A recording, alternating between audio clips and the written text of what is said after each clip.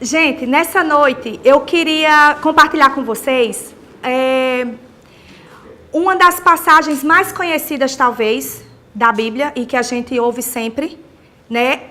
E que muitas vezes a gente ouve, mas que muitas vezes passa desapercebido o sentido dessa passagem. Por exemplo, se eu pergunto a vocês o assunto que tem causado mais polêmicas nas igrejas hoje, o assunto que é o top dos comentários, das reuniões dos pastores, do conselho da igreja. Um exemplo só e bem rápido, porque meu tempo é pouco, por favor. Homossexualidade. E isso vai gerar em torno de todas as igrejas. E eu tenho percebido que o futuro das nossas igrejas não depende só a respeito da homossexualidade. E com essa leitura que eu vou fazer agora, vocês vão ver que a gente, às vezes, como igreja, tem perdido muito tempo falando sobre homossexualidade. Eu sei que é um assunto que preciso ser falado, mas nós temos perdido muito tempo em outros assuntos que têm passado desapercebido em nossas igrejas. Amém? A passagem está em Marcos 10, o versículo 13, apenas o versículo 14, na verdade. Jesus, porém, vendo isto, indignou-se e disse-lhes: deixai vir a mim os pequeninos, não os embaraceis, porque dos tais é o reino de Deus.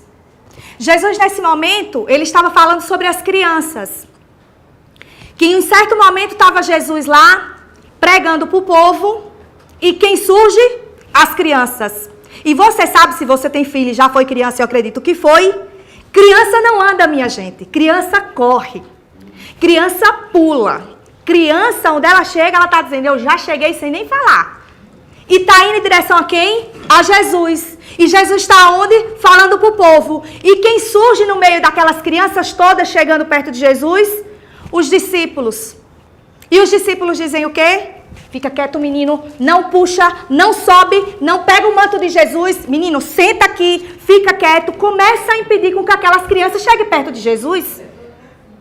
Jesus olha e fica indignado. Como é que pode um negócio desse? Penso eu que Jesus, que é inteligente, pensou: rapaz, ô Pedro, que é isso, meu amigo? Que brabeza é essa? Tratando as crianças dessa forma? Deixe que elas venham até mim. Ô, André, venha cá, meu filho. Diga-me, André, agora, quem foi que nos ajudou para alimentar 5.000 pessoas, mais de 5.000 pessoas, naquele momento que a gente estava sem comida? André, todo desconfiado, acredito eu. Foi um menino, Jesus. Foi um menino, foi? E por que estão tratando assim as crianças? Jesus, ele ficou indignado. E muitas vezes, nós não nos indignamos com nada relacionado às nossas crianças.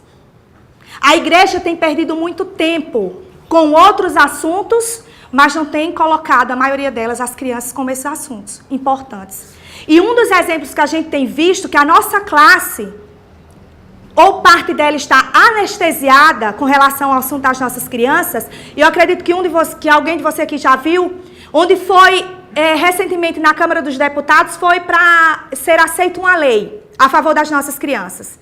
E um artista estava lá representando as nossas crianças. E alguém da nossa bancada se levantou contra quem? Contra o artista que estava apoiando quem? As nossas crianças. A bancada evangélica, ou parte dela, e juntando a igreja, está anestesiada. Eles não estão vendo a importância que as nossas crianças têm. E a gente ouve muito falar o quê? As crianças são o futuro da igreja. Concordo plenamente. Mas no que a gente tem investido nessas crianças? O que a gente, como igreja, tem investido para que essas crianças sejam realmente não só o futuro da igreja, mas a igreja futura, que venha fazer diferença.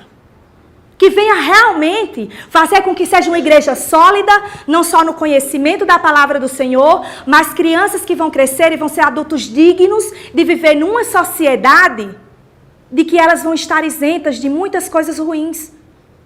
Ou seja, se nós como igreja, como cidadãos do reino, nós não acolhemos essa criança, a prostituição vem e acolhe.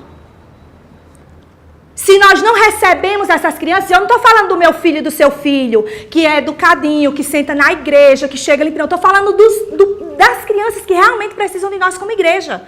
São da nossa comunidade, da nossa rua, do nosso bairro. É a igreja onde a gente está inserido. É o bairro onde a gente está inserido. E o que é que acontece? Se a gente não toma conta, o tráfico vem e pega, porque para ele serve. Se para nós não serve, para ele serve. E isso tem nos incomodado cada vez mais? Ou a gente tem só discutido algumas coisas como o homossexualismo? Né? E outras coisas acontecem. Quando a gente tem festividade na igreja, a gente convida o pastor top. E o que é que a gente faz com as nossas crianças? Manda para a salinha para não atrapalhar o culto. Por que a gente também não faz junto algo para alimentar essas crianças? Por que a gente não tem essa sabedoria para ajudar as nossas crianças? E Jesus, naquele momento, ele se indignou com os discípulos. E muitas vezes a gente não tem se indignado. A gente tem visto e a gente não tem investido nas nossas crianças. E eu digo isso porque esse investimento vai fazer com que essas crianças cresçam, sabendo do que é certo, do que é errado, dos princípios do reino de Deus. Né? E eu tenho sentido isso com a minha filha. Esses 2 anos que nós temos no colégio de cadete, a gente fica indo de igreja em igreja, fazendo observações, essas coisas todas. E a minha filha chegou para mim e disse assim: mãe, eu sei que isso não vai acontecer. Mas se por acaso acontecesse? Eu disse: o quê, Rebeca? Diga, 6 anos. Se Deus tivesse uma luta com o diabo, eu sei que não aconteceria, né, mãe? Mas se acontecesse, se Deus perdesse, sabe o que eu acho, mãe, que aconteceria? Eu disse: o quê, Rebeca? E essa confusão toda na cabeça de uma criança? Ela falou: mãe, vinha o Papai Noel e acabava com o diabo. Eu digo: Rebeca do céu, não tu aprendesse isso, menina. Aí ela fez: mas se ele acabasse com o Papai Noel, vinha o Jack Frost e acabava com ele também. Eu digo: Jesus amado. Eu comecei a perceber que a mídia tem investido tanto nas nossas crianças e a gente, como igreja, tem perdido esse espaço. E eu vi esse exemplo dentro da minha própria casa. E a gente tem que ver que essas crianças são o futuro da nossa igreja. A gente não tem que ver essas crianças como iscas para pegar os pais, para pescar. Você já ouviu dizer: não, a gente faz a escola dominical porque a gente vai encontrar os pais, o coração do pai, porque a gente convida a criança. Gente, são crianças que têm almas. São crianças que precisam ser salvas. São crianças que precisam de mim e precisam de você para ter um bom ensinamento. E saber viver nesse mundo corrompido que a gente vive. E que o Senhor nos ajude a olhar para essas crianças não como iscas, mas como pessoas que precisam de salvação e que vão salvar outras pessoas no futuro. Porque eu e você aqui não somos eternos.